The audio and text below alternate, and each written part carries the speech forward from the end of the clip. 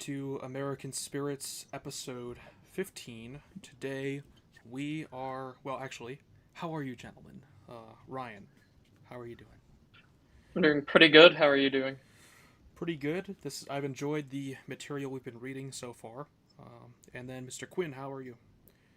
Oh, stiff and sore from the travails of manual labor, but here in spirit to labor on. Excellent.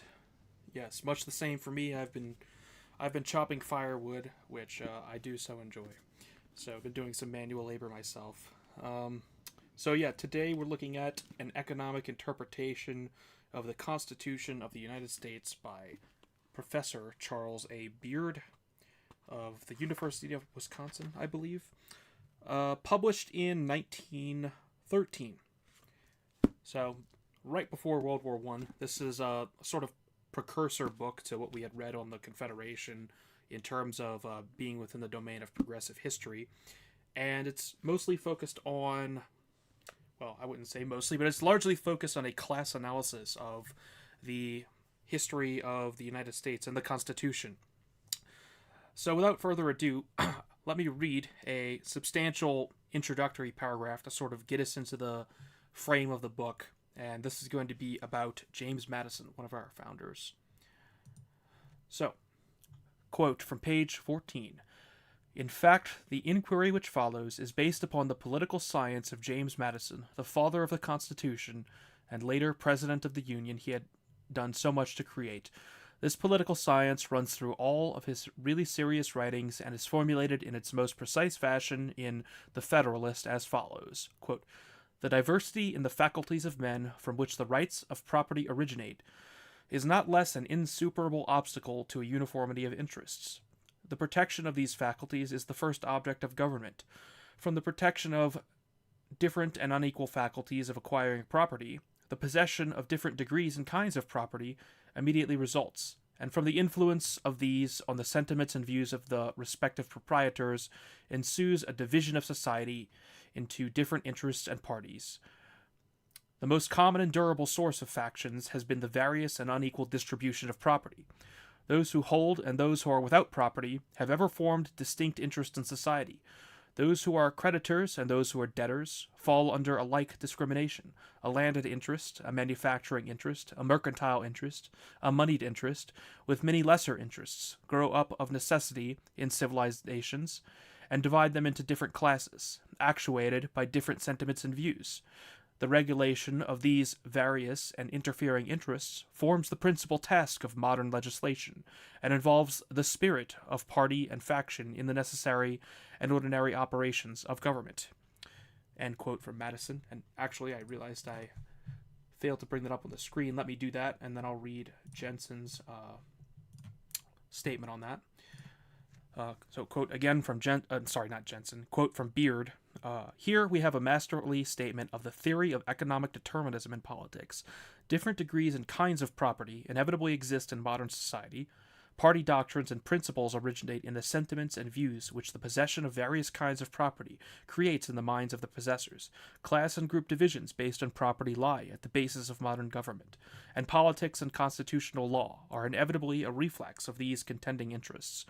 Those who are inclined to repudiate the hypothesis of economic determinism as a European importation must, therefore, revise their views on learning that one of the earliest and certainly one of the clearest statements of it came from a profound student of politics who sat in the convention that framed our fundamental law. End quote.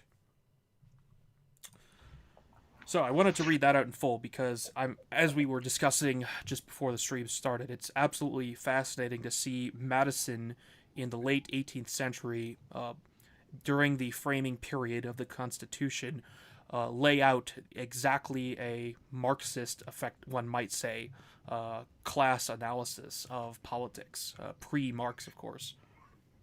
Yeah, distilled down, the essence of government is determining who gets what stuff. Is essentially what Madison is saying there.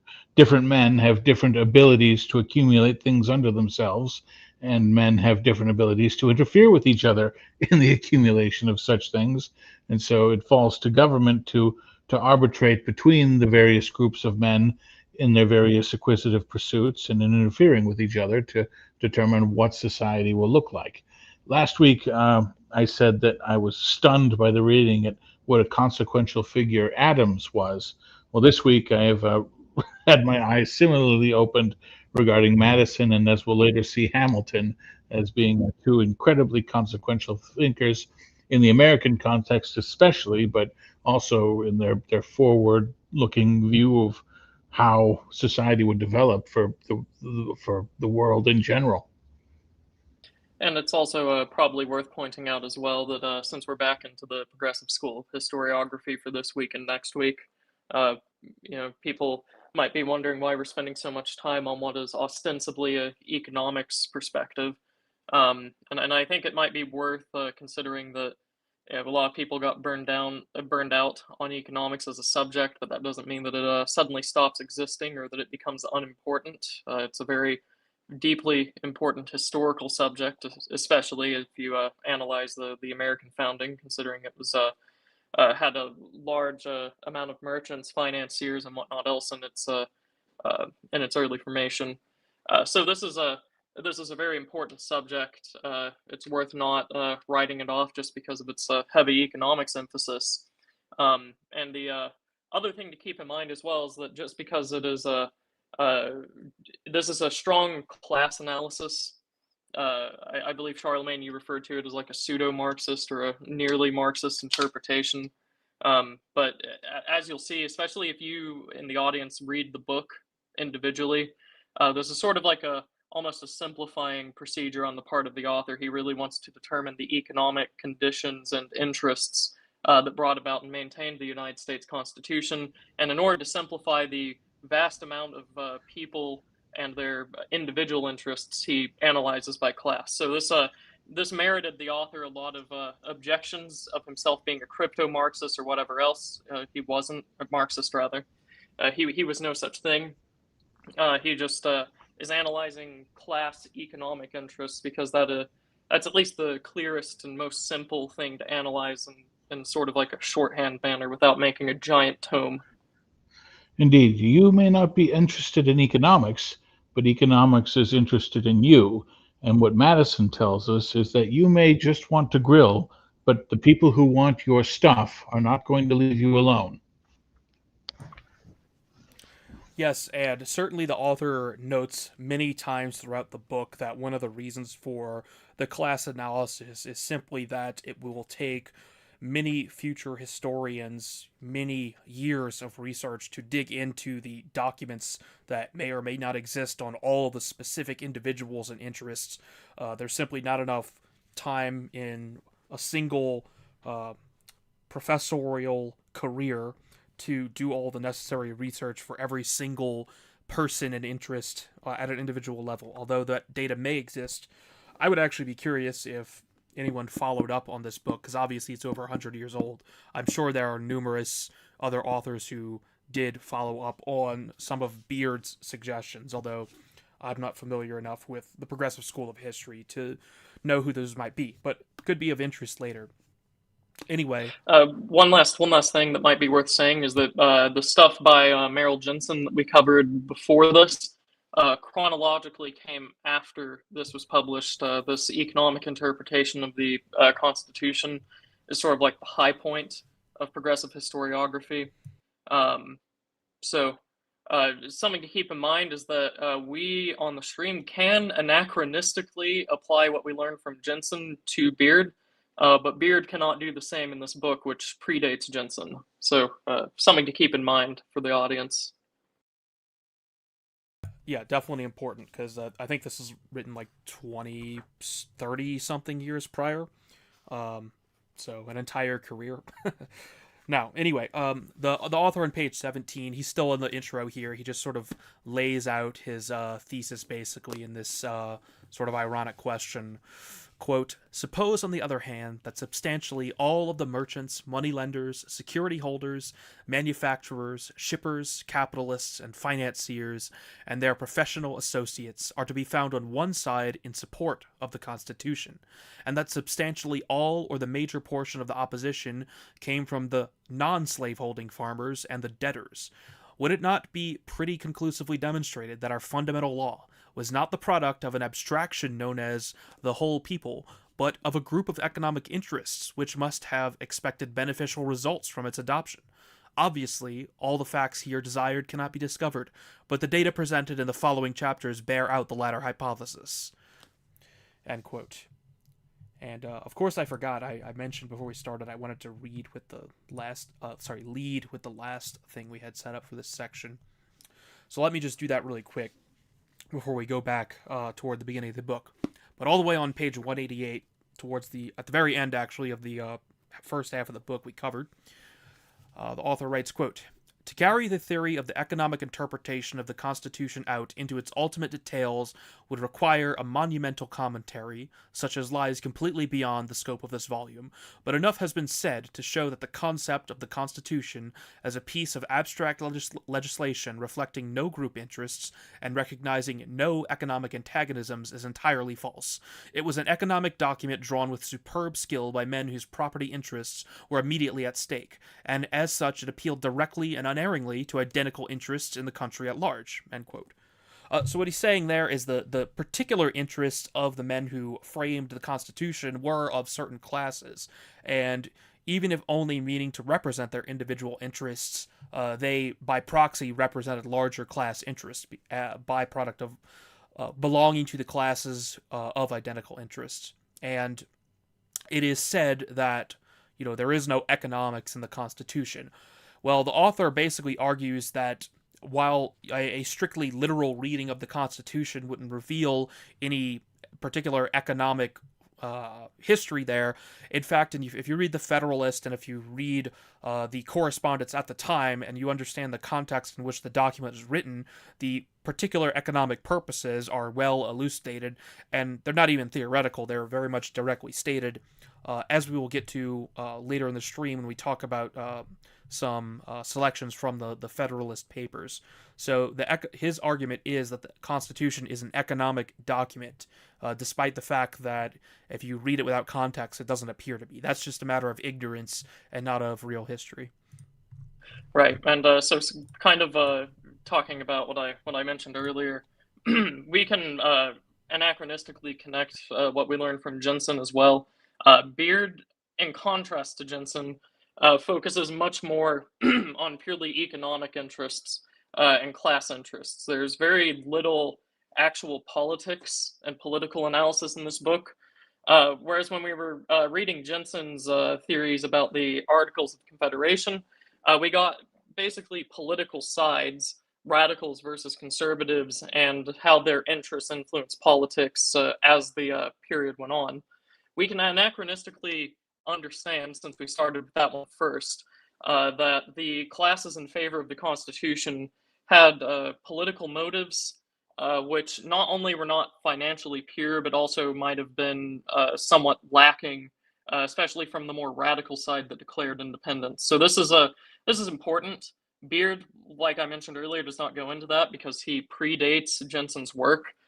We can have this understanding as we go through it so that we aren't inclined to just mindlessly repeat the exact same economic systems that we find in the Constitution just because the people are great or we like them or they're a good myth or whatever else. We can recognize that they are motivated by specific ideas, and that in the modern day, the groups that are on our side are motivated by perhaps different ideas that would necessitate different political action. Excellent. I also have on screen another bit here, mostly just because I found it really interesting, some of these quotes from James Madison. By the way, I'm going to make it a habit to bring up the upcoming quote on screen after reading, so you two can sort of see what's on the docket next to better maintain a stream flow. Anyway, page 25, I found this really interesting. Quote, "When the question of suffrage was brought before the convention, Madison warned his colleagues against the coming industrial masses. Quote, viewing the subject in its merits alone, the freeholders of the country would be the safest depositories of republican liberty. In future times, a great majority of the people will not only be without landed, but any other sort of property. These will either combine under the influence of their common situation, in which case the rights of property and the public liberty will not be secure in their hands, or, which is more probable, they will become the tools of opulence and ambition, in which case there will be an equal danger on another side. End quote. Yeah, it's striking that Madison had that kind of foresight, because when he was writing, I want to say 6 or 7% of the population of the United States made its living in a way other than farming. So for him to see the Industrial Revolution coming down the pike, which was only just beginning to establish itself on American shores, and follow that through to the demographic realities this would entail, and then follow that through to the political implications of that, speaks of a fabulously deep thinking mind. Yeah, an intellect, we can really hardly fathom. It's sort of like if someone today predicted exactly what would happen, say, 150 years from now, after the AI revolution or whatever, and everything that's going to come after that. Like what property and political arrangements would look like 150 years from now. Like that's effectively what Madison was able to do, which is pretty remarkable. And there's a little bit a section later where he particularly talks about industry, but particularly interesting there was just this idea of this class of people, the proletariat, basically becoming tools of opulence and ambition. I mean, that's remarkably insightful of Madison. Now, ours is a richer inheritance than we often appreciate. Indeed. Now, the author goes through several groups in the book who have economic interests. There is the concept of realty and personalty. I think personalty is a word that is kind of fallen out of use, but it just means personal property as opposed to real property, which is land. So if we use the word personalty, that's not like a misspelling of personality or something. So please note. So the first group the author is looking at, page 27, quote, "The first of these groups, the small farmers, constituted a remarkably homogeneous class. The inland section was founded and recruited by mechanics, the poorer whites, and European, particularly Scotch-Irish immigrants. It had a peculiar social and political views arising from its crude nature of its environment, but its active political doctrines were derived from an antagonism to the seaboard groups. One source of the conflict was connected with the possession of the land itself. Most of the western country had been taken up by speculators, and the settlers were either squatters or purchasers from large holders. This is also illustrated by the situation in Virginia, where, as Ambler points out, liberality in granting her unoccupied lands did not prove to be a good policy. True, large numbers of settlers were early attracted to the state, where they made permanent homes, but much of the land fell into the hands of speculators. Companies were formed in Europe and America to deal in Virginia lands, which were brought up in large tracts at the trifling cost of 2 cents per acre. This wholesale engrossment soon consumed practically all the most desirable lands and forced the home seeker to purchase from speculators or settle as a squatter. As the settler sought to escape from the speculator by moving westward, the frontier line of speculation advanced. In addition to being frequently in debt for their lands, the small farmers were dependent upon the towns for most of the capital to develop their resources. They were, in other words, a large debtor class, to which must be added, of course, the urban dwellers who were in a like unfortunate condition." End quote. Just as an interesting aside, this settling as squatters idea, this is the era from which dates an idiosyncratic feature of American law called adverse possession.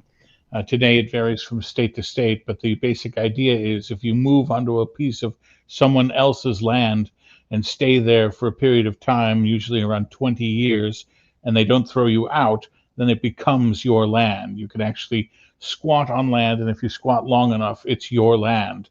And the whole rationale for that was, well, if you've got these vast tracts of land owned by these speculators who aren't doing anything with it, then at some point the settlers should have the right to own the land they're actually making use of. And so that's where adverse possession comes from. And this should tie in pretty well and pretty obviously with what we talked about on the frontier. And I believe also what we talked about on the first Jensen book, or maybe the second, which is you have large financial interests on the coasts who, and if their interests were followed to completion, settlement of the frontier would be greatly inhibited in the pursuit of that class's power closer to the coast.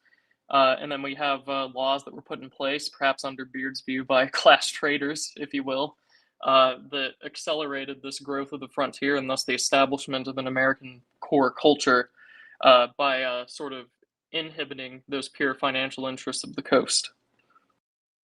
Yes, I'm glad you mentioned that because that is exactly why I selected that particular passage.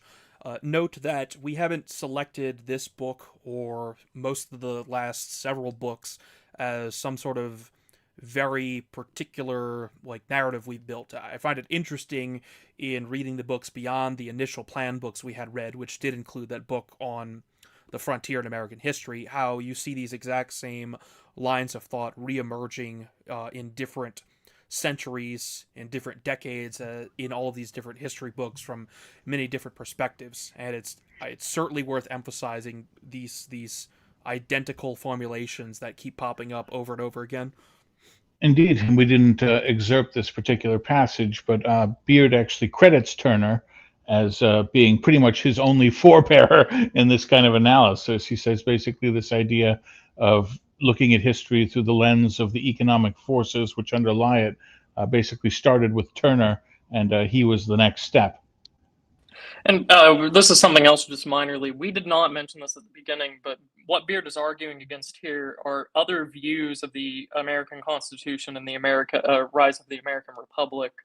And if I remember correctly, the two dominant theories that he would have been arguing against in this day were the Nordicist or the racial theory, and the providential theory of American history. So this is you might frame it as like a subversive materialist take or whatnot else, but it's strange that this was entirely overlooked after the founders. But during the founders, this was talked about, as we saw with Madison, and now that we get to Beard and the progressive school of historiography, it gets talked about again. So something to keep in mind, like where is this in the field of history when it was being published?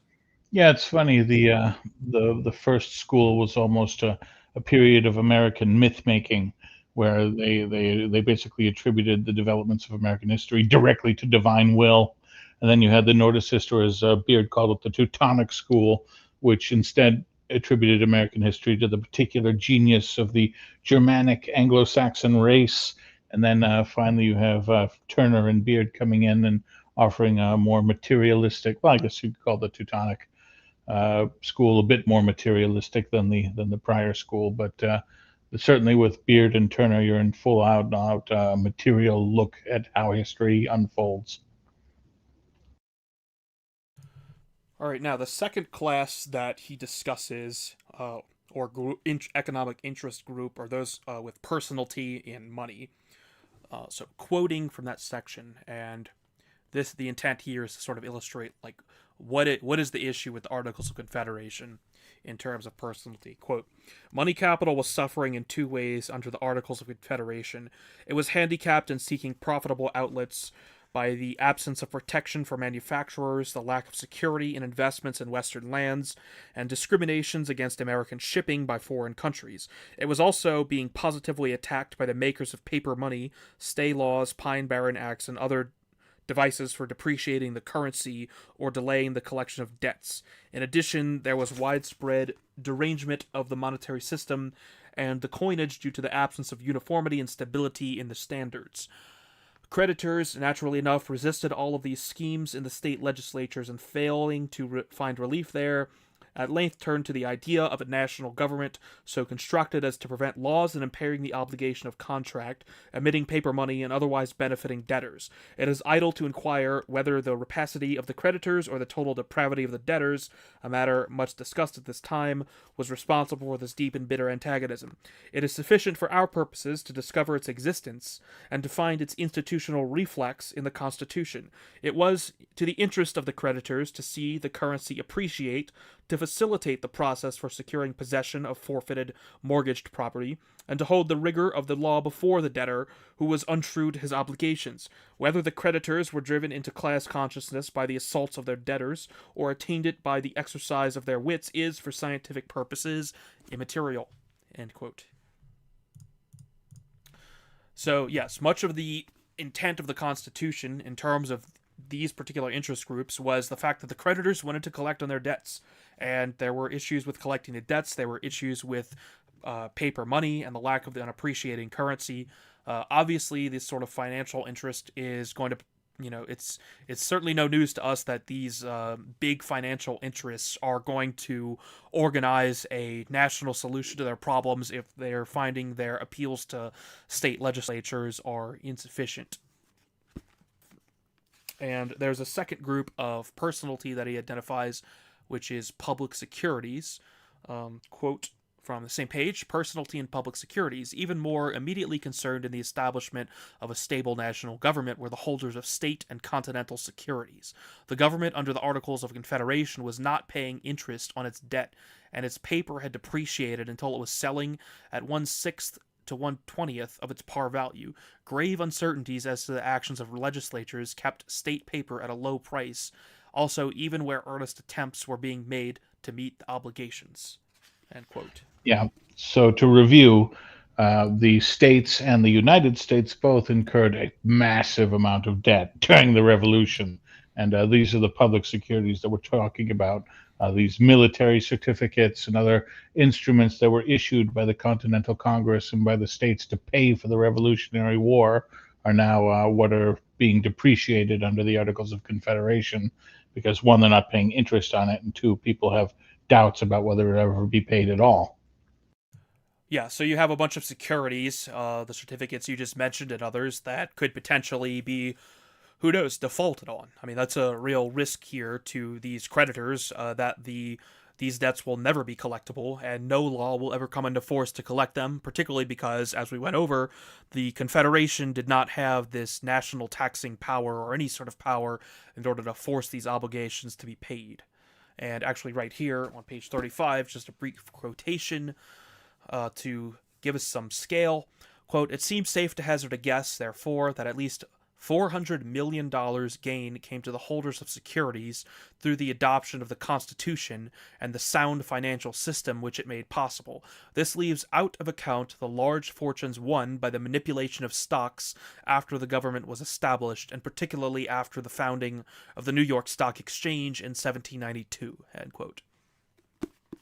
So that just gives us sort of a idea of what the scale was of what was at stake for the people who were looking to collect these debts as a class. But also not just the debts; those numbers, can also include property interest. Right, that's another key interest we talked about earlier.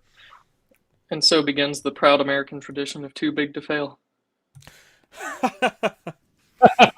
Yes. All right, let me. What do I have here on page 46? So on national interest. Actually, this is page. Yeah, it starts on page 45. Quote, "Immediately after the revolution, the local groups were being welded into a national interest by correspondence committees. Before the formation of the Constitution, Boston merchants were sending out appeals to other merchants in the several states to join in a national movement for protection. And before the new government went into effect, they were active in stirring up united action among the merchants and manufacturers of the whole country. In 1788, a committee of the Association of Boston Merchants and Manufacturers sent out a circular to their brethren in the several seaports of the Union, asking for cooperation in this grave juncture. To this Boston appeal are appended the names of John Gray, Gibbon Sharp, Benjamin Austin Jr., Larson Belcher, William Hawes, and Joshua Witherell, all of whom signed the petition addressed to Congress the following year asking for protection." So we see here, end quote, we see here the emergence of a literal class interest at a national level, sort of happening, you might say, organically. These merchants outside of politics are identifying a key interest that they have as a group beyond state boundaries, which is pretty abnormal for this time, right? Anything that encompassed multiple states, especially all of the states of the Union, was very a new thing, a strange thing. We sort of went through in the Jensen book how getting the states to agree to anything and to align their interest was exceptionally difficult.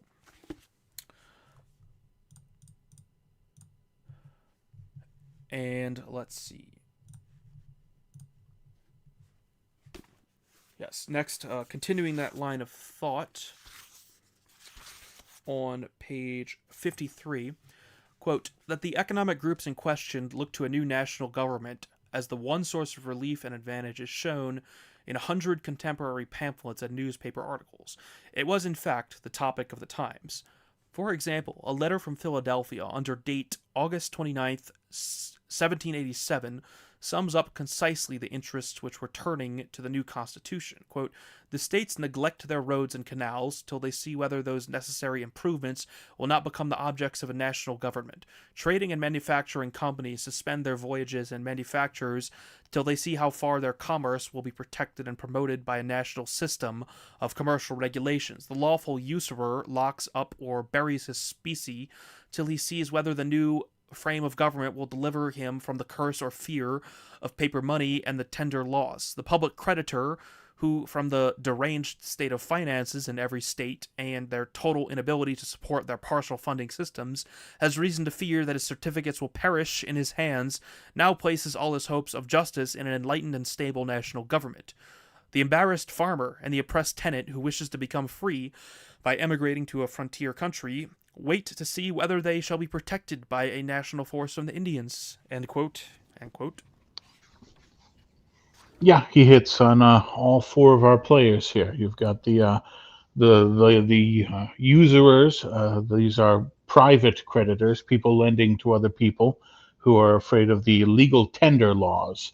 Legal tender laws, if you ever look at a dollar bill, it says this note is legal tender for all debts, public and private. That doesn't mean people have to accept your money if you walk into a store, but if you owe someone a debt, they have to accept U.S. paper dollars in payment of that debt by law. So that's what a legal tender law is. And back at a time when, all money was theoretically based on physical precious metals, be it gold or silver, gold in this period, if the paper debt was not worth if the paper money was not worth anything, but you could still pay your debts with it, then people who lent money in gold and got paid back in paper would be ruined. You have the public creditors, the people who bought government debt and who would be ruined if that debt was defaulted on or allowed to depreciate in value. And you've got the manufacturers and the people dependent on industry and infrastructure to carry out their businesses. And then finally, you've got the creditors who naturally would be opposed to a strong national government forcing strong money and strong payment of debt, but who were nevertheless incentivized to support the national government because they wanted to go to the frontier and they needed a strong army basically to protect them from the hazards present on that frontier. So you've got a nice encapsulation here about all these different economic groups were incentivized by their own interests to push together for this national strong government that we eventually got. I do find it interesting if we remember back to the last Jensen book that we read on the Articles of Confederation period, and we'll get to this figure more soon, but it was Hamilton who was advocating the use of the army and the national economic system to basically de-statize the country and bind everyone into like a generic national identity and have a supreme central government. But what Beard is telling us here is something interesting, and that the possibility of having a federal government, because of the political machinations of this group that we'll get to in a moment, is basically bringing about the conditions which brings about the national government. Basically, people will stop acting as if there will not be a national government because there's a possibility of it, and because of that halt, it worsens the conditions which cause people to want a national government. It's somewhat insidious if you take the view of the radicals that we learned about in Jensen's book, if you take the view that they are like the heart of the revolution, and the people that came afterwards are sort of a more conservative bent that didn't start it and were hesitant throughout the whole way.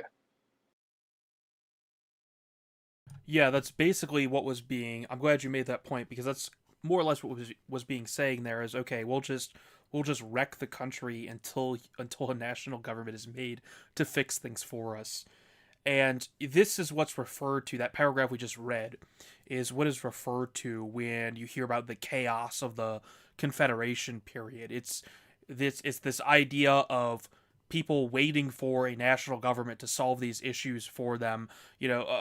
Going back to, actually to that what I had on screen, it's like this is in a paper, right? It's like, how real even is some of the things mentioned here, particularly toward the west, like farmers not going west to see if they're going to be protected from the Indians by a national forest. I mean, that's like clearly very propagandistic, right? He's reading from a paper here, but the point is that it was a major issue of the time.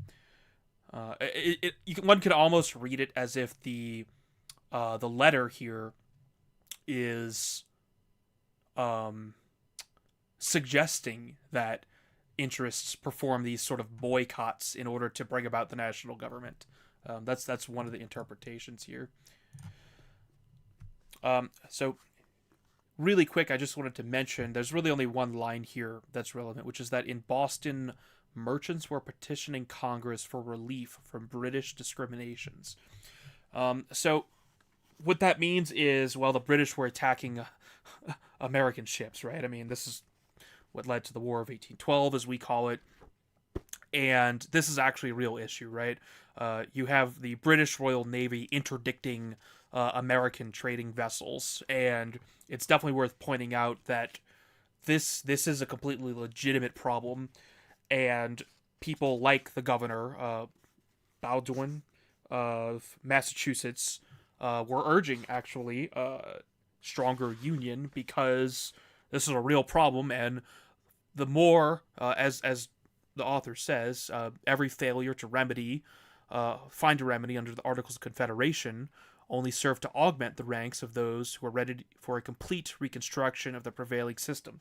So there were actual problems that weren't being solved, whether that was being done, maliciously, as Ryan suggested earlier, or, just, I guess, organically, that's, I guess, for historians and readers to decide. But I thought it was worth mentioning, at least it's not like these problems were, like, all phantom or something like that. So yeah, page 61 I have here. Let's see. Quote, having failed to obtain relief through the regular channels of amendment by Congress ratified by the state legislatures, the leaders struck out on a new path. Operating through the Virginia legislature, they secured a resolution inviting their sister commonwealths to send delegates to a convention at Annapolis to take into consideration the trade and commercial system of the United States. The convention duly met, but the attendance was so slim that, as Professor Burgess has put it, quote, a coup d'etat attempted by so small a body could not but fail, end quote. So that was a little interesting tidbit of history that I wasn't aware of. There was a sort of prior attempt at, I guess, overthrowing the government and replacing it with a new one through this convention that took place at Annapolis, but it did not have significant buy-in by the necessary interest to perform the coup d'etat, as it's said here. Does tend to give away the game, though. Yeah, definitely true. And a little bit more on what happened there. Quote, under the influence of Hamilton, the conference at Annapolis contented itself with merely recommending that another convention be called, quote, to devise such further provisions as shall appear to them necessary to render the Constitution of the federal government adequate to the exigencies of the Union. End quote. Acting on this modest suggestion, Congress, in February 1787, invited the states to send delegates to a convention at Philadelphia for, quote, the sole and express purpose of revising the Articles of Confederation, end quote. End quote. So, yes, so that conference at Annapolis, which, as the author says, under the influence of Hamilton, did produce the Constitutional Convention by way of Congress. So it wasn't wasteful from their point of view. Well, and it might be worth clarifying as well, this convention was not a constitutional convention. It invited them to revise the existing constitution. So, yes. Yeah, we're going to see some major mission creep. Ryan, what conservatives need to do is call for a convention of the states to propose amendments to our current constitution. That would never get out of hand. Yeah, that's actually Right, a good yeah, point. exactly. I mean, I was sort of being glib there, but that is a good point. Originally literally the express purpose of revising the Articles of Confederation, wherein they get completely replaced by a different government. So summing up what we've read so far, page 63, quote, certain tentative conclusions emerge at this point. Large and important groups of economic interests were adversely affected by the system of government under the Articles of Confederation, namely those of public securities, shipping and manufacturing, money at interest, in short, capital, as opposed to land. The representatives of these important interests attempted through the regular legal channels to secure amendments to the Articles of Confederation which would safeguard their rights in the future, particularly those of the public creditors.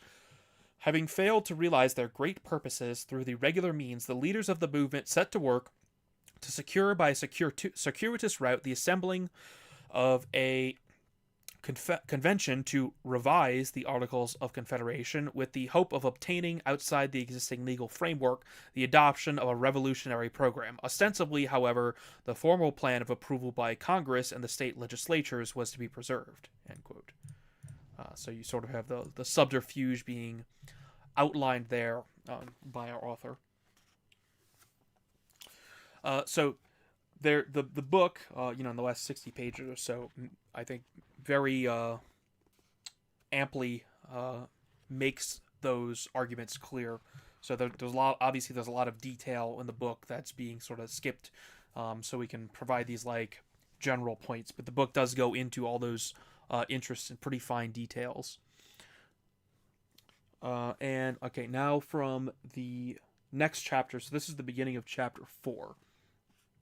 We're sort of getting into this convention. So, quote, the resolution of the Congress under the Articles of Confederation calling for the convention provided that the delegates should be, quote, appointed by the states, end quote. The actual selection was made in each case by the legislature, both houses participating, except in Georgia and Pennsylvania, which had unicameral assemblies. That is, the delegates to the Federal Convention were selected in the same fashion as were United States senators under the present Constitution in all states, previous to the adoption of the principle of direct election. This fact in itself removed the choice of delegates 1 degree from the electorate.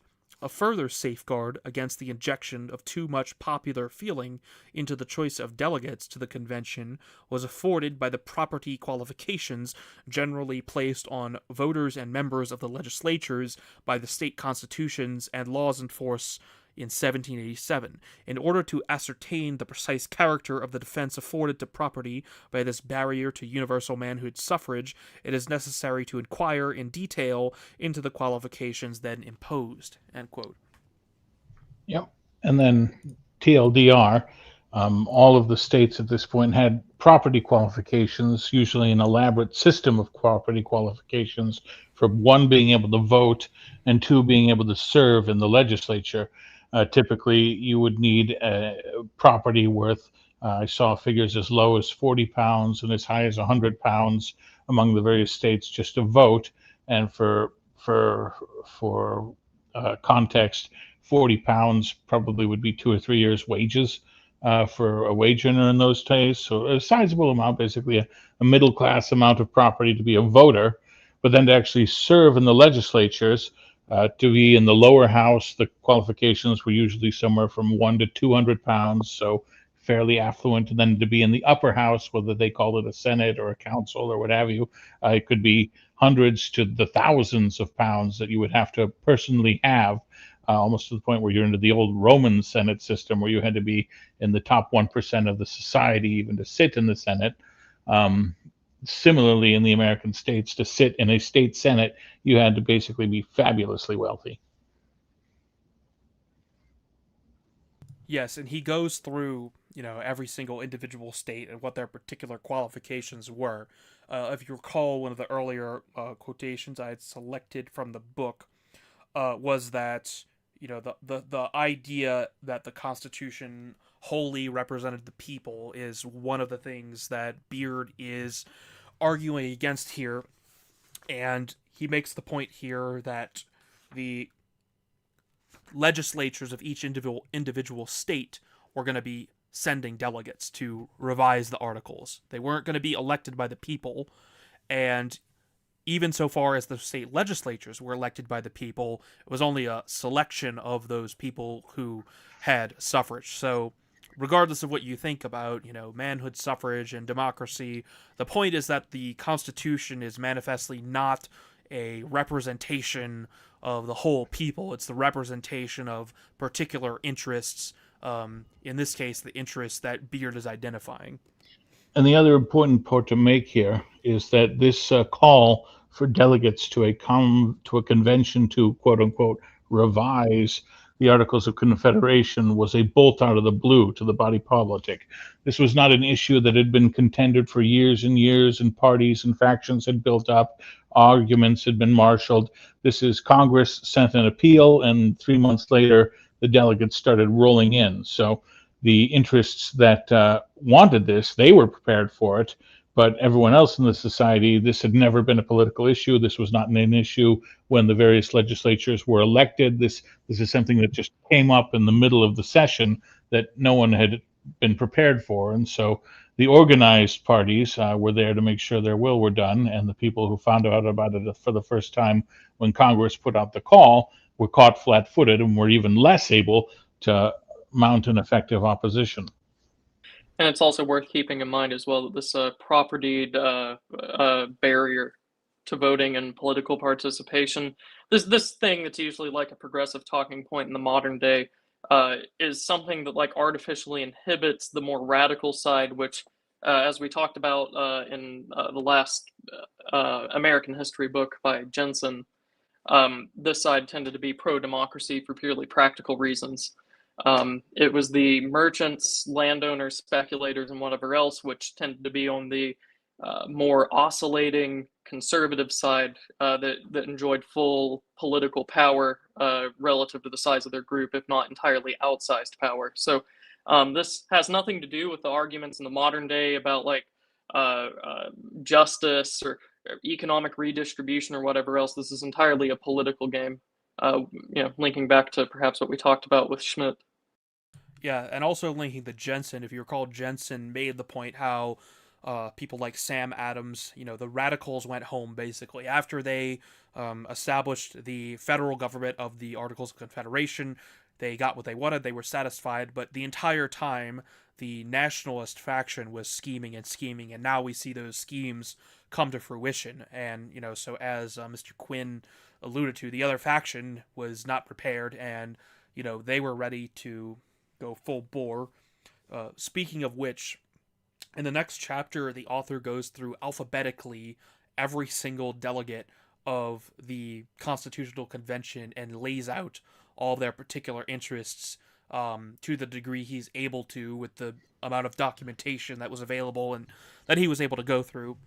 We'll get to Hamilton shortly. I selected, I think, 2 prior to Hamilton that were just interesting. Oh, you're not going to read all of them to us, Charlie? and had enough numbers there basically to sort of to make a point. So we'll look at page 77.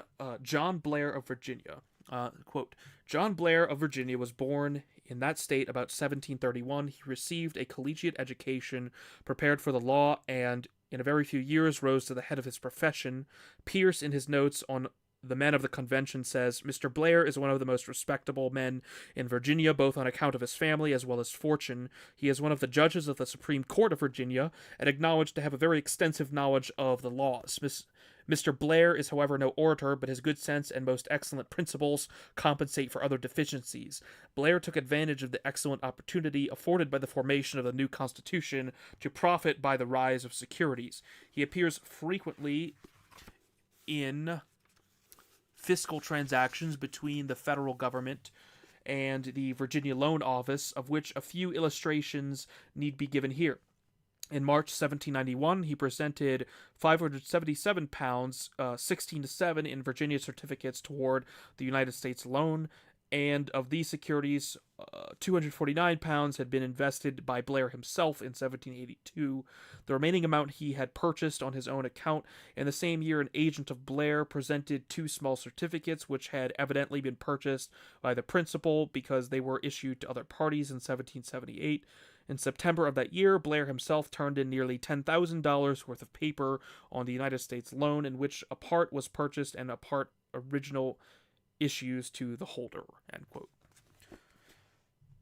And then I have another one. I think this one's a landed interest, if I recall. Page 85, quote, Jonathan Dayton of New Jersey was associated with an agent for John Cleve Sims in the purchase of an enormous tract of land in Ohio in July and October 1787, the year of the convention, formally consummated in 1788, and before the unsealing of the contract, Sims and his associates had paid into the treasury $82,198, $82,198, 1/7 in military rights, and the residue in the public securities of the United States. The remainder was to be paid in gold or silver, or the securities of the United States, and part 1/7 in military rights. In 1792, Sims and Dayton complained that, on account of the advance price of certificates, they must have easier terms. It is apparent from this record that they were engaged in buying up military certificates and government securities about the time of the meeting of the convention. Afterward, by collusion with Ludlow, the official surveyor, and the inadvertence of Hamilton, Secretary of the Treasury, Sims, Dayton, and associates secured the advantage of paying almost 2/7 of their contract and above 1/2 of their actual payments in military warrants of 1 acre for an acre and a half of the supposed million, instead of 1/7 part of the actual payments, at a loss to the United States of more than $30,000. In March and April 1800, Dayton purchased about 15,000 acres of public lands with military certificates. If further evidence were needed that Dayton were speculating vigorously in government securities and military certificates, it is to be found in a suit brought by him and his partner Lawrence against Childs, a member of their concern, in 1800. End quote. Yeah, so just so everyone's tracking, we have here a delegate to the Constitutional Convention, the convention whose whole purpose is to secure a government which can pay public debt. And he's running around before the convention buying up as much public debt as he physically can in order to then pay it to the United States to buy up as much land as he physically can.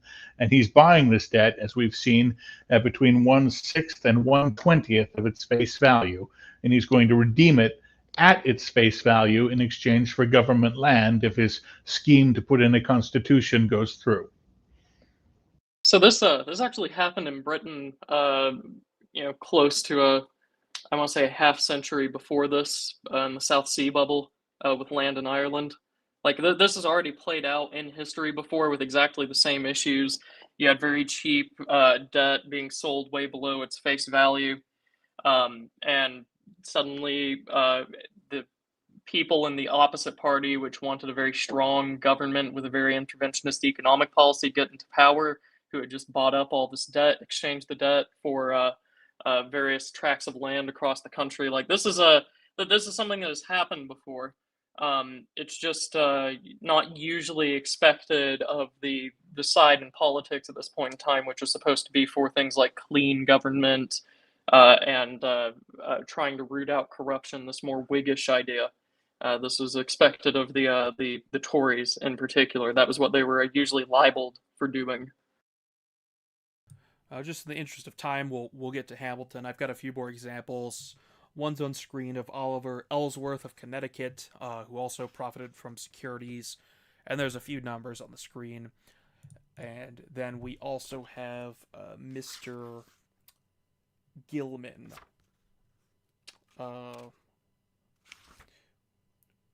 Where's his name? His first name. Nicholas Gilman of New Hampshire. This one was interesting, actually. Let me put it up on screen, sorry.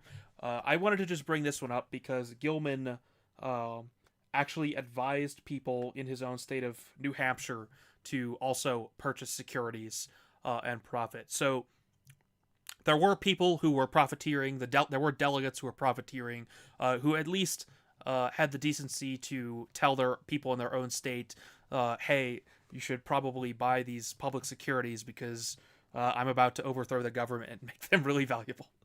So, credit where it's due, I suppose. And, all right, I think this one may be getting to Hamilton finally. Let's see. Yes. All right, so the author is going in alphabetical order, and we now arrive at Alexander Hamilton. I've got a few things selected for him. Did anyone want to say anything on Hamilton first, or do you want me to just start reading some of this? Let's start with the material. I'll begin reading. Quote, he saw in the first place that the most easily consolidated and timorous group was composed of the creditors, the financiers, bankers, and moneylenders. He perceived that they were concentrated in the towns, and thus were easily drawn together. He saw that by identifying their interests with those of the new government, the latter would be secure. They would not desert the ship in which they were all afloat.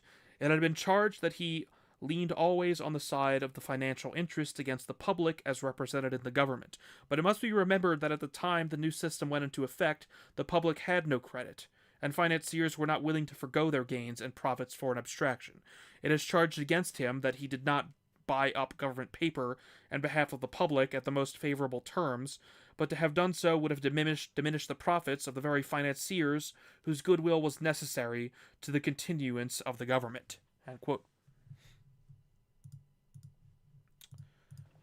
Merchant-occupied government.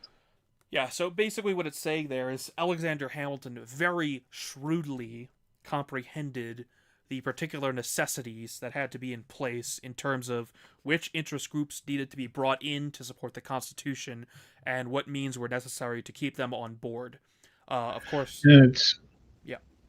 it's also important to emphasize that this was a political calculation. I'm not sure if we have an excerpt for this, but Alexander Hamilton himself didn't have a lot of public debt. He didn't buy up a bunch of government credit. He was relatively financially disinterested in this whole process. He just knew which interest groups would get him to the system that he wanted ideologically, and he rallied them. That is true. I believe I do have a selection on that because that is an important point. Jensen spent a lot of time, I think, vilifying Hamilton. Beard does not do that. I don't think he's necessarily pro-Hamilton, but he does spend significant time on Hamilton, sort of debunking some of the charges against him. Indeed, Hamilton himself, the architect of the Constitution, in large part, did not actually personally profit from all of this as all these other delegates did. This, to him, in fact, was a political abstraction, a political project, a vision for the United States that he wanted to implement, not necessarily selfishly, at least in terms of these strictly defined economic interests. So that is a very important point. Right, but it's worth to keep in mind as well that what Beard is doing here is he's not absolving Hamilton of a lot of the criticisms he did receive. To my knowledge, a lot of Hamilton's criticisms were that he was a tyrant, autocrat, idealist, and whatnot else at the time. That is, and this absolves him from any criticism that he was personally profiting from it or whatever else. But it does not. What Beard is doing is he's trying to demonstrate that Hamilton purely political motives tied to the economics of this for doing what he did. Whether that is good or bad, of course, is not a question that we must deliberate on here. But it's worth keeping in mind. That's why Beard is doing this. What Jensen was analyzing was the politics that resulted from these economic conditions primarily, rather than the economic conditions which we're getting here. So that's like the academic reason for the change in tone regarding Hamilton. Very good. And immediately following, the second group, quote, the second group of interests which Hamilton saw ready for organization were the merchants and manufacturers who wished protective tariffs.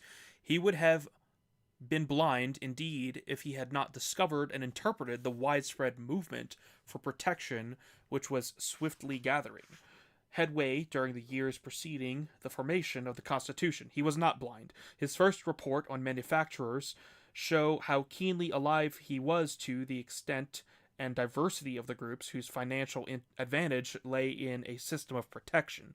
Whether this was for the good of the whole people need not be argued here. Hamilton's relations were with the immediate beneficiaries. They were the men who were to throw their weight on the side of the new government. How persistently Hamilton sought to inform himself of the precise nature of the interests needing protection in the separate localities, from New Hampshire to Georgia, is evidenced by his unpublished correspondences with businessmen in all the commercial centers.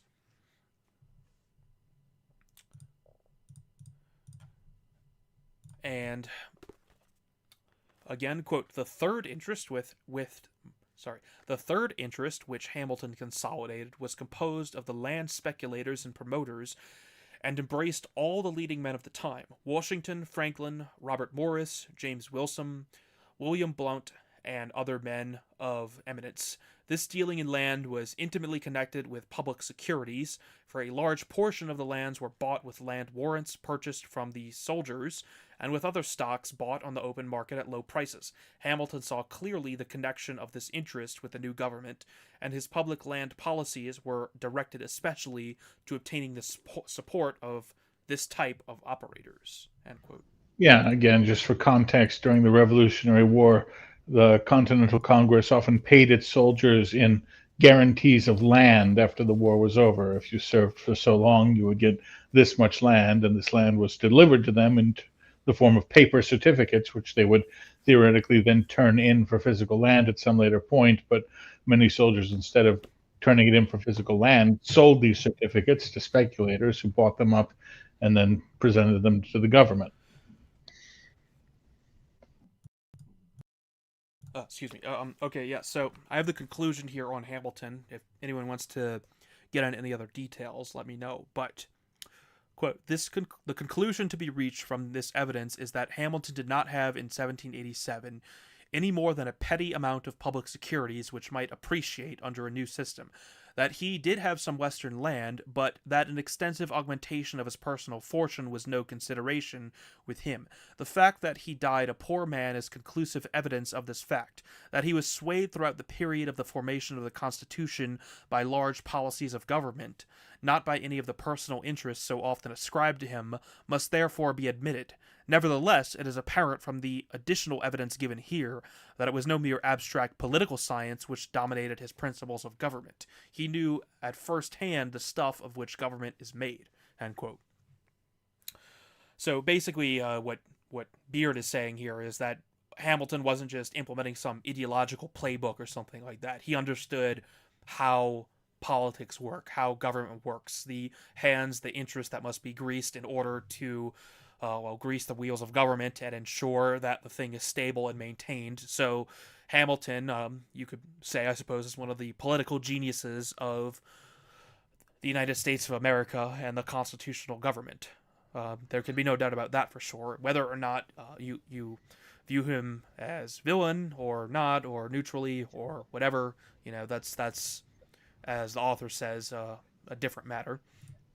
I'm just aghast at the suggestion that a highly effective political operator would not be pure as the driven snow, ideologically or otherwise. Yeah, that's actually a good point here. I mean, the sort of expectation that any of the winners of this would be is definitely off. I mean, we know how politics works, right? Which is a useful lesson in the current day, given the way the right is currently trying to tear itself apart in order to preserve its own appearance of moral purity. You can see that winners actually do not concern themselves with such things. Very good. Yes. Another founder who we've increased our interest in, much like John Adams and perhaps Hamilton, James Madison is another major figure of the Constitution and has his own substantial section in the alphabetical list of names. Madison's from Virginia, of course. Quoting on Madison, quote, "Having none of the public securities, Madison was able later to take a more disinterested view of the funding system proposed by Hamilton, and the scramble of politicians and speculators which accompanied the establishment of the new government did more than anything to disgust him with the administration party and drive him into opposition. Writing to Jefferson in July 1791, he said, quote, "The subscriptions to the bank are consequently a mere scramble for so much public plunder, which will be engrossed by those already loaded with the spoils of individuals. It pretty clearly appears also in what proportions to the public debt lies in the country, what sort of hands hold it, and by whom the people of the United States are to be governed. Of all the shameful circumstances of this business, it is among the greatest to see the members of the legislature who were most active in pushing this job openly grasping its emoluments." Schuler is Yeah, said. there's some. Yeah, go ahead. No, sorry, finish your quote. Schuler is to be put at the head of the directors if the weight of the New York subscribers can affect it. Nothing new is talked of here. In fact, stock jobbing drowns every other subject. The coffee house is an eternal buzz with the gamblers. End quote. Yeah, there's some pathos in that because if he's writing this in 1792, this is after the Constitution is written largely by him. So this is a man who had an immense role in helping Hamilton get this new national government through and in designing it. And now, 2 years, 3 years later, he's disgusted by it. That's quite striking. Yes, that is effectively what Beard was meaning to convey there. And likewise, we have George Mason selected here as well. Before we move on from that point, though, this is worth talking about as well, because I think that it's pretty clear that the dominant position on the right now is to be actively anti-ideological for various good and bad reasons. But it's worth keeping in mind that if you pursue, just pure non-ideological politicking, I mean, it's not going to be any wonder if you end up with a system that you end up repulsed by at the very end. It's in fact quite predictable. Yeah, the lessons are there on both sides. It's a difficult course to set. And now, taking a brief look at George Mason of Virginia. Quote, Mason frankly admitted his personal interest in certain landed property to be among his many objections to the Constitution, which he refused to approve and the adoption of which he bitterly opposed. And there's a continuing section on here about his issue with having federal courts that could override all the particular state laws. So I just thought that was worth selecting in order to take a look at some of the opposition side to the Constitution. Yeah, that point about the federal courts, we didn't cover it in our excerpts, but there's an interesting digression on the idea of judicial supremacy and the judges, uh, ruling on the Constitution in order to thwart the legislature and the executive. And we talked last time about how that was a unique feature of the American system. And again, Beard talks about how the Federalists in the Federalist Papers extolled this as one of the great virtues of the Constitution. So claims that this was not envisioned by the framers of the Constitution are just absolutely false. At least the side that was behind the Constitution very much envisioned that coming to pass. And now, of course, I had to at least select something about Robert Morris. I think I have the wrong page number here, but it doesn't matter. I have the quote. The exact extent of Morris's speculations in the securities of the new government is a matter beyond the scope of the present inquiry, but it is sufficient for our purposes to know that he held practically every kind of continental security, that his deals in stocks mounted upward into the tens of thousands of dollars, and that in the convention and in the first Senate under the Constitution, of which he was a member, he was uniformly strenuous in his support of public credit.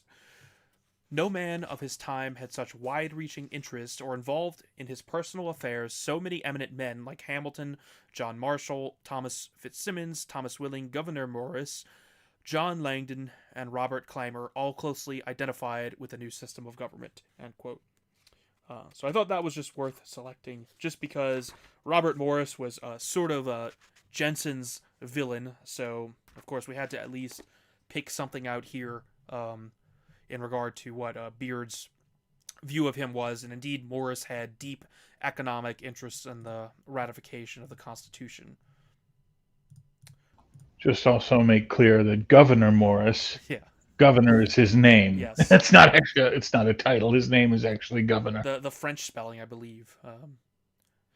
It looks French. I don't know if that's actually how you spell governor in French, but yeah, that has been an extremely annoying persistence throughout the last several books. It's and of course I also selected the bit on Washington because of course have to do that. So on Washington, Beard writes, quote, Washington was also a considerable money lender and suffered from the paper money operations of the Virginia legislature. He had bonds and mortgages, nigh £10,000, paid off in depreciated paper currency, worth at times as little as 2/6 in the pound, and when he attended the federal convention, he was in arrears for 2 years' taxes through having been unable to sell the products of his farms. If anyone in the country had a just reason for being disgusted with the imbecilities of the Confederation, it was Washington. He had given the best years of his life to the revolutionary cause and had refused all remuneration for his great services. He was paid his personal expenses to the amount of 64,355,000.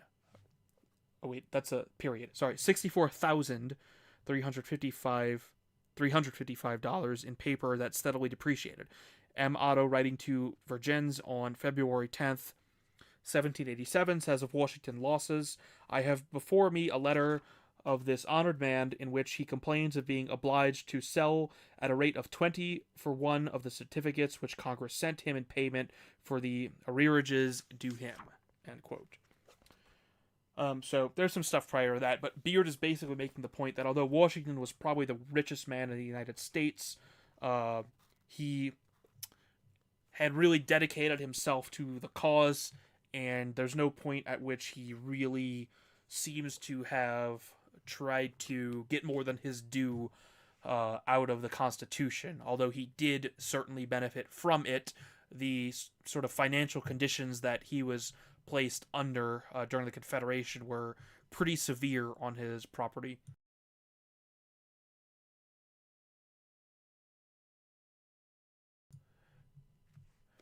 All right, and then on page 152, this is beginning the next chapter. So chapter 6, the Constitution as an economic document. This is probably one of the most interesting chapters we went over, which really gets into the meat of the economic nature of the Constitution. So, quoting from page 152, quote, "The true inwardness of the Constitution is not revealed by an examination of its provisions as simple propositions of law, but by a long and careful study of the voluminous correspondence of the period, contemporary newspapers and pamphlets, the records of the debates in the convention at Philadelphia, and in the several state conventions, and particularly the Federalist, which was widely circulated during the struggle over ratification. The correspondence shows the exact character of the evils which the Constitution was intended to remedy. The records of the proceedings in the Philadelphia Convention reveal the successive steps in the building of the framework of the government under the pressure of economic interests. The pamphlets and newspapers disclose the ideas of the contestants over the ratification, and the Federalist presents the political science of the new system as conceived by three of the profoundest thinkers of the period, Hamilton, Madison, and Jay." End quote. So this chapter goes through a number of points. Jensen gives us two main... Sorry, I keep saying Jensen because we're talking about him so much. Beard gives us two main points here on page 154. Quote, "In reading the pages of this remarkable work as a study in political economy, and it is important to bear in mind that the system which the authors are describing consisted of two fundamental parts, one positive, the other negative. One, a government endowed with certain positive powers, but so construed as to break the force of majority rule and prevent invasions of the property rights of minorities. Based. Two, restrictions on the state legislatures, which had been so vigorous in their attacks on capital." End quote. And this remarkable work, he's talking about the Federalist here, which is one of the main documents he's looking at here. So again, break majority rule and prevent minorities from tampering with property rights. Two, preventing state legislatures from attacking capital interests. Yeah, and last week we talked at length about the idea of separation of powers and how it was distinguished from and succeeded by the idea of checks and balances. And this is where we see it come into play. The government, as we will see in the coming excerpts, was specifically set up with this elaborate system of checks and balances precisely to prevent, as Beard would argue it, the attack upon property by the majority. Yeah, so this chapter is really good. Like, if you just read one chapter of the book so far, we've only read up to this point. I definitely recommend this one. We'll, for the interest of time and trying to keep to our 90-minute window, we'll look at the excerpts. So let's see, on page 156, quote, Before taking up the economic implications of the structure of the federal government, it is important to ascertain what, in the opinion of the Federalist, is the basis of all government. The most philosophical examination of the foundations of political science is made by Madison in the 10th number. Here he lays down in no uncertain language the principle that is the first and elemental concern of every government is economic. End quote. And then continuing, quote, the first objective of government, he declares, is the protection of the diversity in the faculties of men from which the rights of property originate. End quote. And point 2, what are the chief causes of the... Hold on 1 second. Let's stop and think about that. The diversity of the faculties of men to acquire property. So this is an explicit rejection of egalitarianism. This is an acknowledgement of the fact that men have different faculties for how successful they will be in any economic system, and that government, therefore, is instituted to protect that diversity qua that diversity, which means to protect inequality. Government exists to protect inequality, is what Madison is saying there, and that is it flies incredibly in the face of the modern ethos, and so we really need to hammer that home. Government exists to protect inequality. Very good. Point 2 that Beard brings up, this is something we heard earlier. Madison makes the point that the most common and durable source of factions has been the various and unequal distribution of property. Those who hold and those who are without have ever formed distinct interests in society. That's backs up what Mr. Quinn just said there very clearly. 3, the theories of government which men entertain are emotional reactions to their property interests. 4, unequal distribution of property is inevitable, and from it contending factions will rise in the state. Sorry to keep breaking in here, but point 3. No, please do. I'm trying to read through without... No, point 3, again, we have to hammer this, because what Madison is saying there is that all conflict is class conflict. The emotions of the various classes of men who derive their property from their particular fields will drive them to pursue particular political ends in accordance with their economic interests, because they are emotionally driven to do so.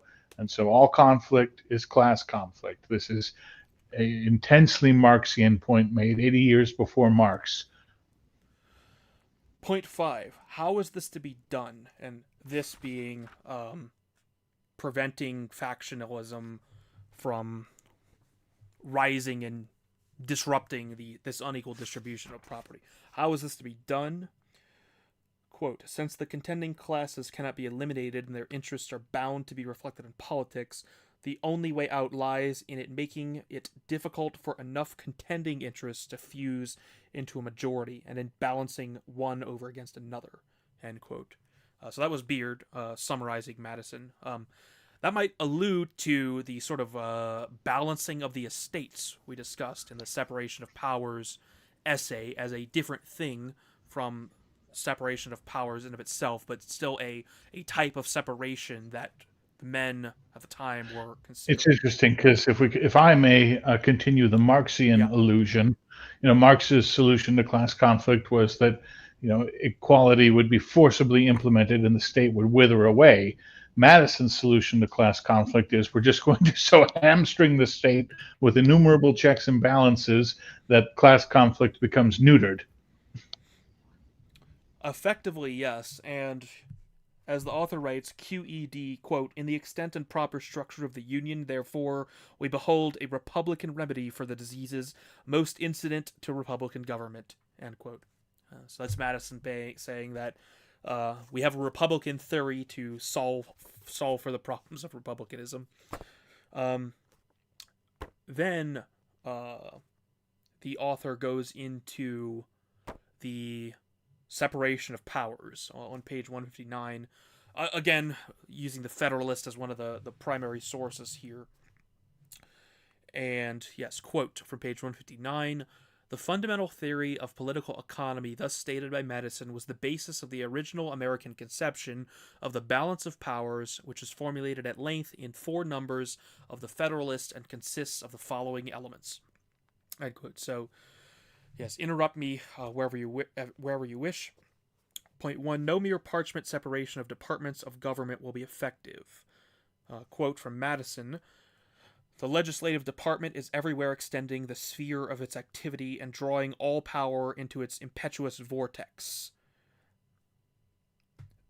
They seem never to have recollected the danger from legislative usurpations, which by assembling all powers into the same hands must lead to the same tyranny as is threatened by executive usurpations. End quote. Yeah, so if we remember last time, what Adams did with separation of powers was contrary to the levelers and the foregoing advocates of that theory. Adams grounded the executive directly in the people, the legislature directly in the people, and then later the judiciary directly in the people, as opposed to prior conceptions where the legislature was grounded directly in the people, and then the executive was grounded in the legislature, and the judiciary was grounded in the executive. It flipped from a serial to a parallel descent of power, and here you see Madison operationalizing that within the Constitution.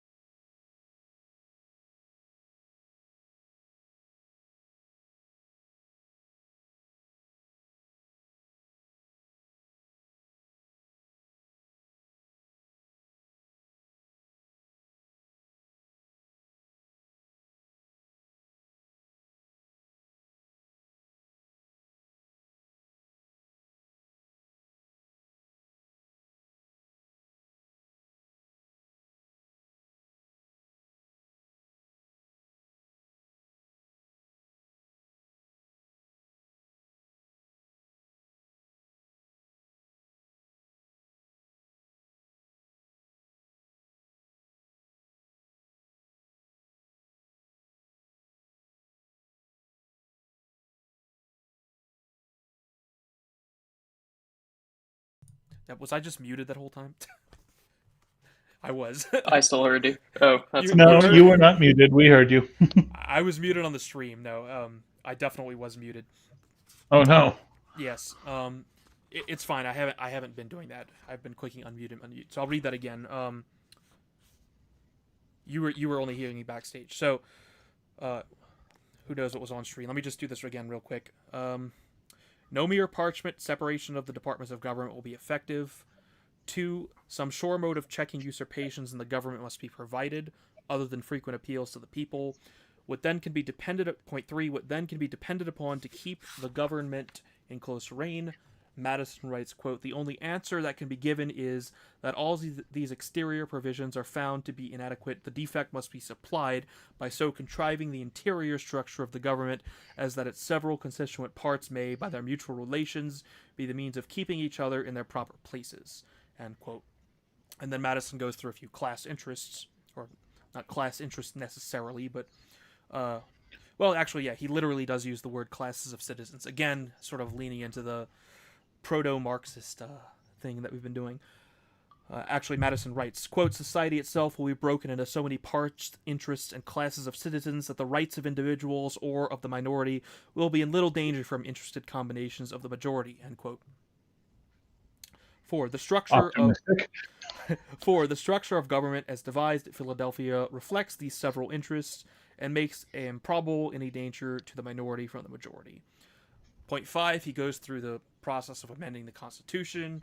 As we know, the 2/3 vote in each of the congressional houses and 3/4 of the states. So it's very different to amend the Constitution. It's fortified against majorities. 6, the economic corollary of this system is as follows. Property interests may, through their superior weight and power and intelligence, secure advantageous legislation wherever necessary, and they may at the same time obtain immunity from control by parliamentary majorities. Yes? Oh, you were just breathing in. Let's see. Okay, that's it for the main points that Beard outlays. Let me get to the next part. Part 2 here, page 169. Nice. So now Beard is getting into, and I've made some selections for this, Beard gets into the specific powers that the Constitution gave to the national government that, as we know, were lacking under the Articles of Confederation. So, quote, "The powers for positive action conferred upon the new government were few, but they were adequate to the purposes of the framers. They included, first, the power to lay and collect taxes, but here the rural interests were conciliated by the provision that direct taxes must be apportioned among the states according to the population, counting 3/5 of the slaves. This, in the opinion of contemporaries eminently qualified to speak, was designed to prevent the populations of the manufacturing states from shifting the burdens of taxation to the sparsely settled agricultural regions." We see, end quote, we see a sort of balancing occurring there. Point 2 in this section on the powers, quote, "Congress was given, in the second place, plenary power to raise and support military and naval forces for the defense of the country against foreign and domestic foes. These forces were to be at the disposal of the President in the execution of national laws, and to guard the states against renewed attempts of desperate debtors like Shays. The United States guaranteed to every commonwealth a republican form of government, and promised to aid in quelling internal disorder on call of the proper authorities. The Army and Navy are considered by authors of the Federalist as genuine economic instrumentalities. As will be pointed out below, they regarded trade and commerce as the fundamental cause of wars between nations, and the source of domestic insurrection they trace to class conflicts within society. Nations in general, says Jay, will make war whenever they have a prospect of getting anything by it. And it is obvious that the United States, dissevered and discordant, will be the first easy prey to the commercial ambitions of their neighbors and rivals." End quote. So again, we see the military is an economic instrumentality to prevent internal insurrection due to class interests, but also for the protect against foreign economic interests that may seek to invade. This is why Hamilton viewed the military as essential as an economic unifier. Point 3 from page 175. Quote, "In addition to the power to lay and collect taxes and raise and maintain armed forces on land and sea, the Constitution vests in Congress plenary control over foreign and interstate commerce, and thus authorizes it to institute protective and discriminatory laws in favor of American interests, and to create a wide sweep for free trade throughout the whole American empire. A single clause thus reflects the strong impulse of economic forces in the towns and young manufacturing centers. In a few simple words, the mercantile and manufacturing interests wrote their Zweck and Recht, and they paid for their victory by large concessions to the slave-owning planters in the South." While dealing with the commerce in the Federalist, Hamilton does not neglect the subject of interstate traffic and intercourse. He shows how free trade over a wide range will be to reciprocal advantage, and will give great diversity to commercial enterprise, and will render stagnation less liable by offering more distant markets where local demands fall off. The speculative trader, he concludes, will at once perceive the force of these observations, and will acknowledge the aggregate balance of the commerce of the United States would bid fair to be more favorable than that of the 13 states without union or with partial union. And almost finished. Point 4. Another great economic antagonism found an expression in the clause conferring upon Congress the power to dispose of the territories and make rules and regulations for their government and admission to the Union. In this contest, the interest of the states which held territories came prominently to the front, and the ambiguity of the language used in the Constitution on this point may be attributed to the inability of the contestants to reach precise conclusions. The leaders were willing to risk the proper management of the land problem after the new government was safely launched, and they were correct in their estimate of their future political prowess. Mm. And then the last thing I have in the selections, restrictions upon state legislatures, quote, equally important to personality as the positive powers conferred upon Congress to tax, support armies, and regulate commerce were the restrictions imposed on the states.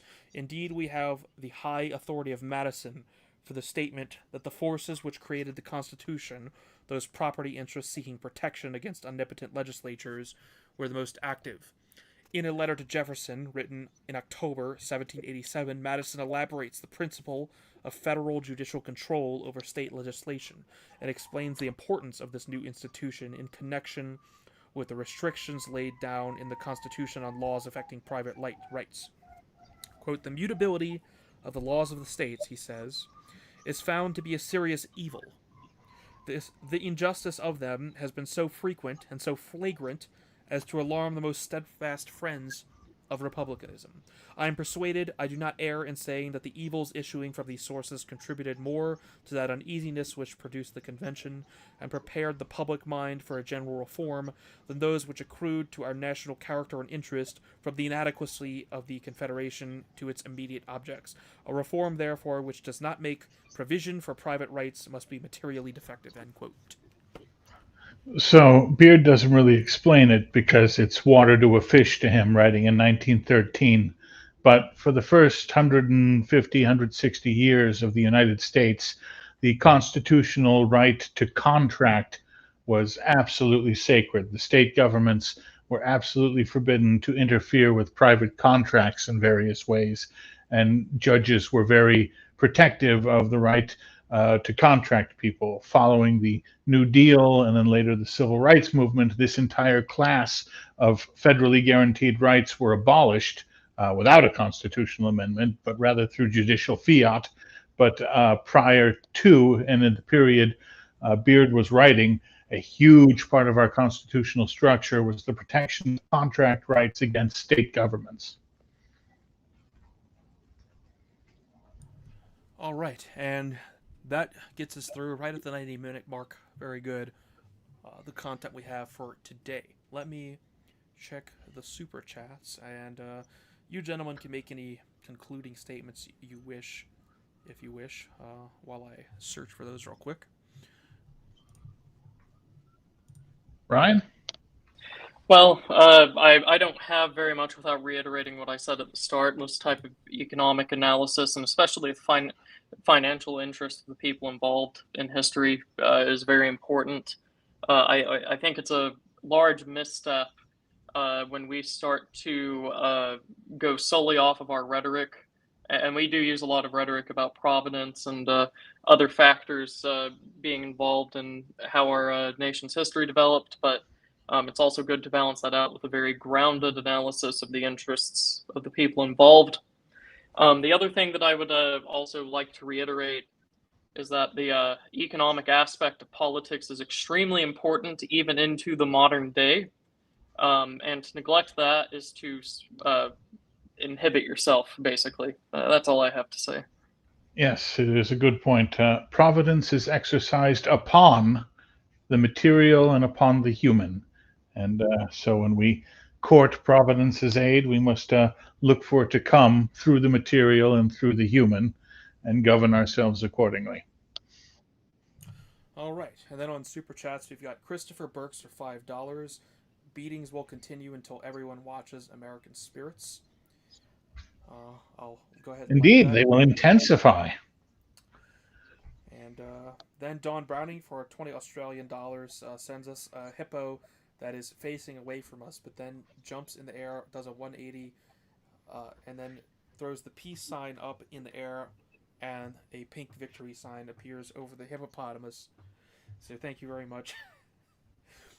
Don Brown, Our most upside down soldier. for sending that. And yeah, I've been happy with this book actually. I wasn't really sure what we were gonna get, but this this is providing, I think, good commentary after Jensen to get a sort of different take on the characters, and the class analysis stuff, especially from Madison, has been really interesting. So we'll cover the next half of the book next week. It's a little less than half. I think it's like 120 pages or something like that. And then the following week, we have The Betrayal of the American Right, coming up exactly 2 weeks from now. We have some special guests. One of them is our own Pete Quinones, joining us to discuss that book, and we'll announce the next one, the other special guest, next week. And it is a very special guest. Indeed. Oh, is that next week? Wow. Not next week. That means 2 Oh. weeks. Yes. Oh, Next okay. week is second half of this book, and then the I following... do not get a week off. No, absolutely not. Yeah, we also have some interest from one of our chapter members in covering a specific book that was on our list. So I need to talk to you about that after the stream. So yeah, by all means, if any listeners, particularly chapter members, have an idea, or perhaps are interested in participating in one of these discussions. We haven't had a variety of guests on lately. That's mostly just due to it being difficult to book people. You have to do it very far in advance. So if anyone does want to come on and has a pitch, basically, feel free to send it to us.